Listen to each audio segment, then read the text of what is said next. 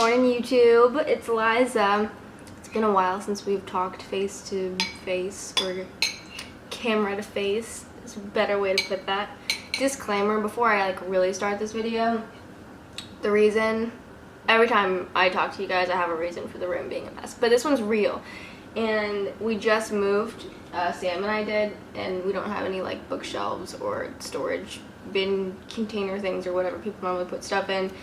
So everything's on the floor right now. Okay, so a couple days ago, I posted an Instagram status about covering different topics on the channel. I do know this channel has primarily been music-related things or artist-related things. Obviously, I've done vlogs, and I've done some travel and stuff. But this time, I wanted to cover something a bit more personal, and that is my history with eating disorders. That has only recently become history, might I add. I'm gonna catch you up on where I am real quick, and then I'm gonna dive into that. And it might be a long video, but it's already been uploaded, so you can just see how many minutes the video is, and that'll let you know. But not that you needed a tutorial on how to do that. I've tried to record this video twice. Right now I'm in Austin, Texas. I moved here for 3 months.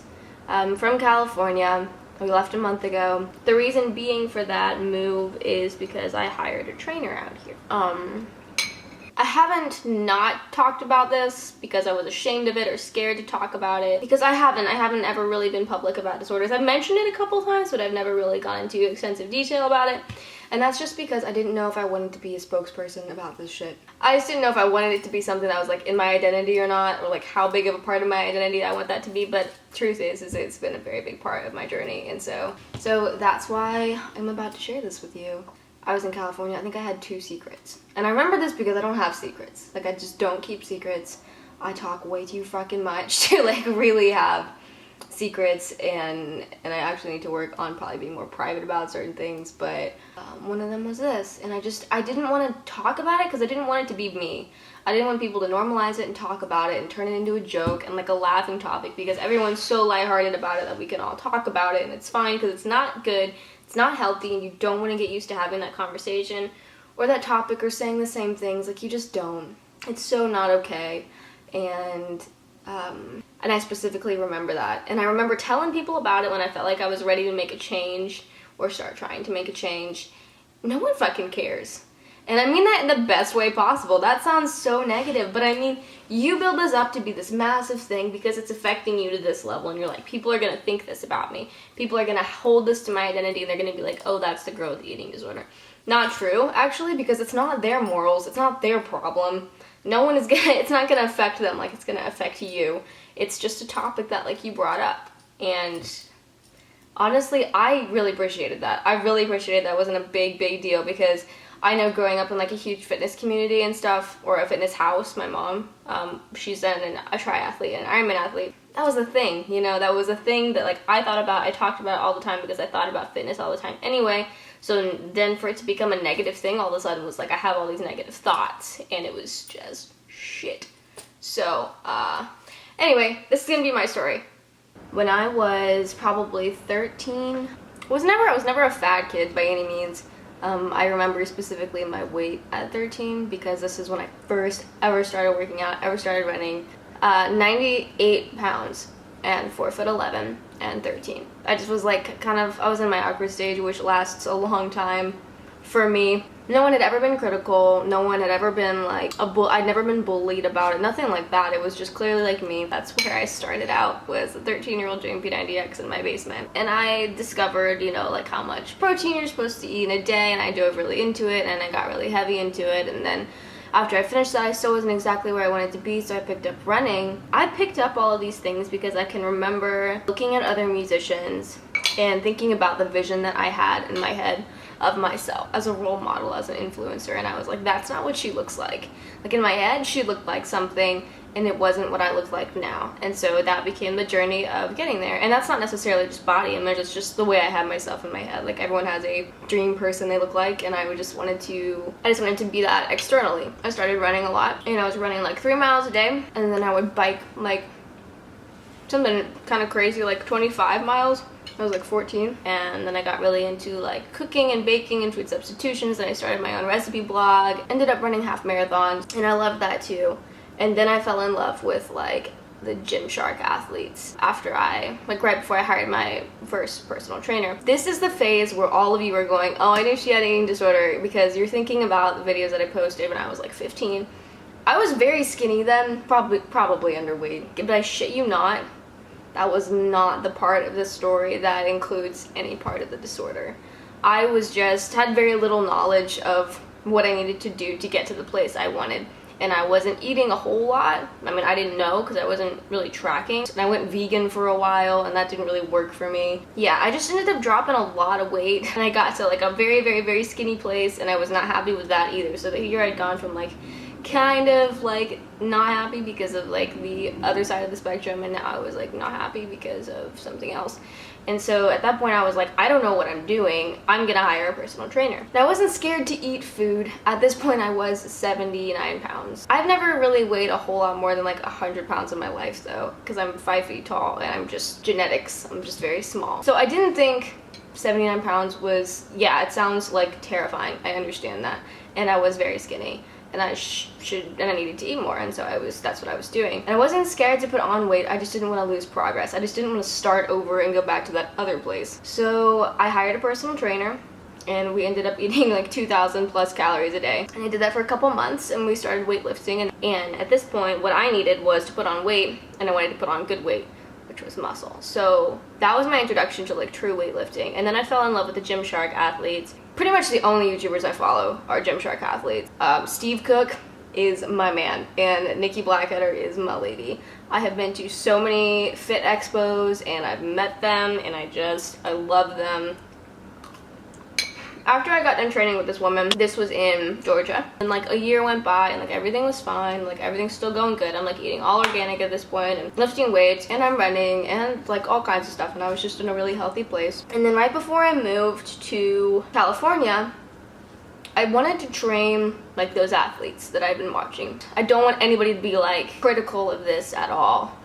Because this is a lifestyle that I feel like is very admirable. I know that it looks very vain, and I know that it looks like a pageant. I know what it looks like, but it's so much more. It's so much fucking more, and it's so rewarding, and it's like psychologically and mentally, and it can be a really good thing. It can be a really bad thing too, for sure. And I think at this point it's kind of 50-50, and that's why people get a bad rap for it. But please just be open-minded as I tell you this. I wanted to train for bikini division bodybuilding, but that's the leanest division. And I wanted to train for that because I knew how hard it was. And I didn't ever want to get on stage. I never wanted to wear sparkly bikinis and high heels because that's just not me. I don't even own high heels. I don't think I've ever worn heels before because I just walk everywhere barefoot. But I wanted to have that push because even though I've been working out and stuff, I didn't have the body I wanted, and I didn't even know if I wanted it forever. Like, I just wanted to know what it was like to have it, and I wanted to know what it was like to push myself. I like to have that standard for myself. The gym became so much where I held myself accountable to so many areas in life. I didn't have a lot to do in my very small town, so I just did a lot of gym stuff, like a lot of it. And all of my friends were powerlifters. I did CrossFit for a while, and I loved it. I loved it so much. Like, I loved it so much. I still do. So I started training, and I was really excited for it, and I chose to do this right before I moved to California because I knew once I got to Los Angeles, I wanted to be like in music world. Just be as productive as I possibly could with music. The trainers out there are so expensive. I knew I wasn't gonna be able to afford it, and I wanted to just check this off my list. I wanted to train for bikini division bodybuilding. And so I did. I trained for 4 months, and we did like a lean bulk, which means we put on weight and then we lean out, and you get to see all the muscle underneath. And this was the most strenuous 4 months ever, and I was so proud of myself for getting to the end of it. I never went on stage. I just ended up doing a photo shoot to commemorate it because these were mine. That training was all for me. It was all about how I felt and what I wanted to see. I wanted to know what I was capable of, so many other things. And I'm gonna put some of those photos right here, actually. So that's what I look like. I trained for this when I was 17, just turning 18. That was in November, okay? This is where, I haven't even gotten to the eating disorder story. I'm so sorry. It was November, which means Thanksgiving. And then December is my birthday, and then also Christmas, so it's a very big holiday time of year. And I felt so much social pressure to eat, even though I didn't want to. And I'll be real about that. I was really happy with the way my body looked. I put on a couple pounds afterwards because that's just what you do. You put on water weight because you've been like, the last week you're not eating any carbs. Because you're just shooting for one day. You're trying to look good for this one day, because normally that would be competition day. And then the rest you like go back to your regular life. But like for me it was photo shoot day. So I was training for that day, and then afterwards, you know, I put on like 3 or 4 pounds and it was fine. And I was like, I felt good about myself. My athletic performance was great. I could run really fast. I could run really far. At one point I was 95 pounds and I could squat like 145, which was cool for me because I don't train for strength. I trained for physique at the time. I trained for, you know, glamour muscles. I was in a really good spot. And then when the holidays came around, I think it was just so much social pressure that I caved to, because I didn't want to look like something. I didn't want to look like I had a problem, even though I didn't have a problem. It was because I know what it looks like. It's not what it is.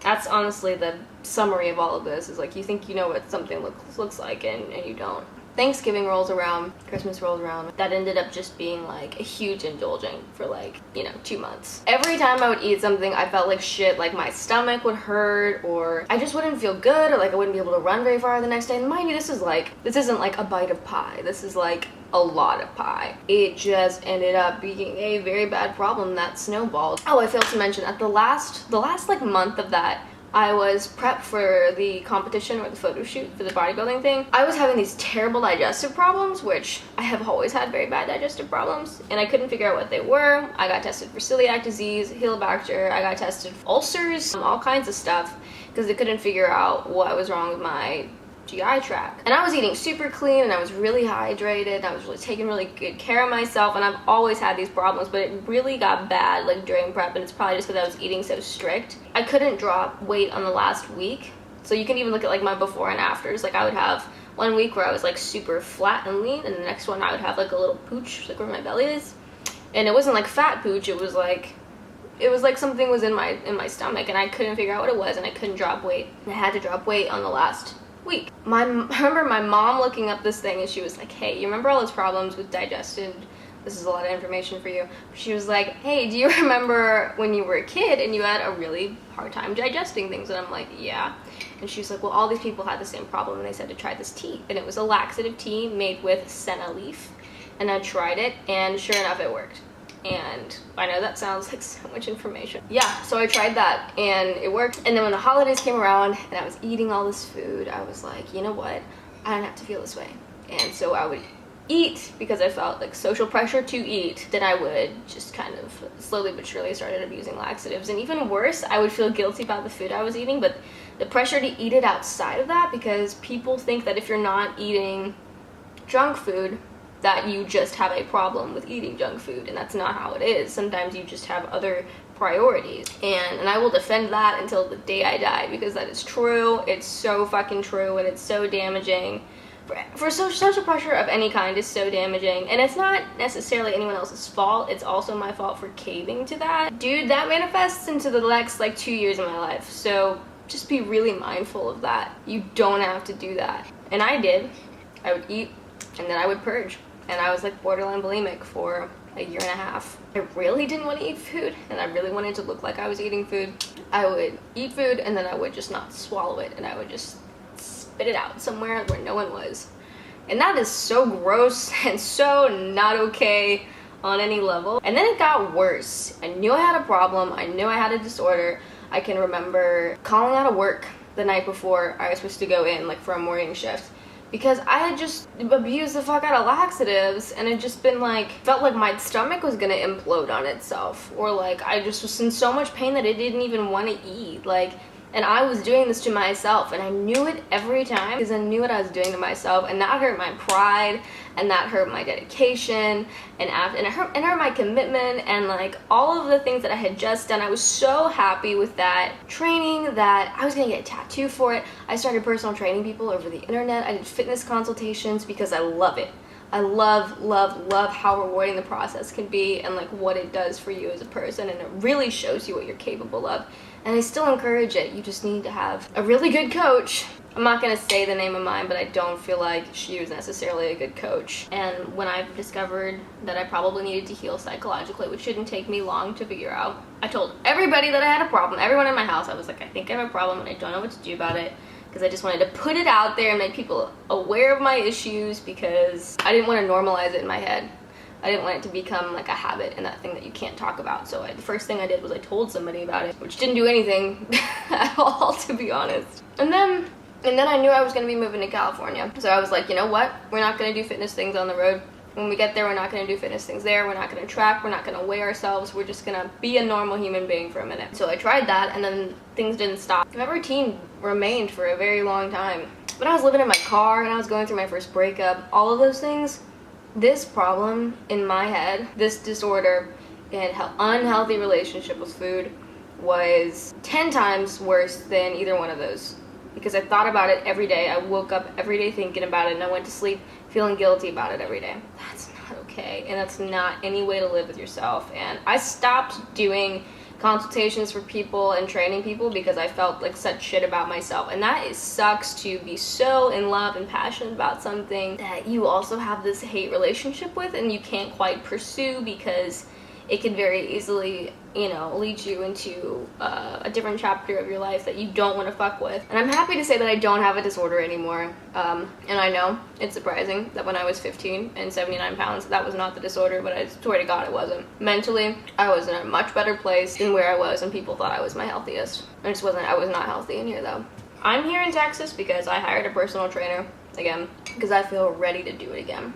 She is amazing, and her name is Jess. And they run a gym called Lion's Den in San Antonio, Texas, and I'm commuting 2 hours there and 2 hours back, Tuesdays, Wednesdays, and Thursdays. And they're prepping all of my meals because I got sponsored by them, because they're amazing. And it's been such a privilege working with her. But even now, I've done so much damage to my body. That's not irreversible. Don't get me wrong. It's just going to take a lot of patience, which is my thing that I'm going to be learning. But I've done so much damage to my body that fucked my metabolism up so much that I have just extreme metabolic damage. I'm back to eating very strict, but I'm not tracking anything. I'm not using laxatives anymore. I'm drinking apple cider vinegar and cayenne and lemon in the morning and at night, because vinegar will clear out like any sort of bacteria that you have in your gut. So anything that I've built up over time, that will cleanse out, and so we don't have to worry about that. That can also contribute to acne and things like that, and I have bad acne like on my back. I wanted to be vocal about that, not because I think you guys need it. I know that this month is also National Suicide Awareness Month, and I've never dealt with a whole lot of depression or suicidal tendencies. I've never dealt with alcohol addiction or drug addiction. I don't even really drink at all, and I definitely don't do any sort of drugs. I just don't want to. But I've never felt comfortable talking about depression or suicide a whole lot with you guys, because it's not something I've really dealt with or have a huge personal experience with. But this is something that I do. I posted that status about it a couple days ago, and I got a lot of love and support and encouragement. So there it is. That is the story, and that is why I'm here in Texas. So we're eating a lot, and I'm so happy, and I'm sleeping better. I don't feel guilty about a whole lot right now, and that's a really cool place to be. My video camera actually just shut off because I've been talking for half an hour. It took me like 45 minutes to eat this fucking bowl of oatmeal. I hate myself. So thank you for listening and being so supportive. There was an Instagram status that I posted yesterday, and I had so much love on that status, and it was kind of incredible to look at, and that's it right there. But people are just so sweet and so thoughtful and so caring. Thanks for watching me eat my breakfast. I'm not dealing with a disorder or any sort of, addiction or whatever, so don't feel like you gotta check in on me. Because I know you guys do. I've seen your comments in the comment section, and I appreciate that. But I'm good now. So, okay. I'll talk to you guys later. I love you so much, and that's gonna conclude this video. So, goodbye.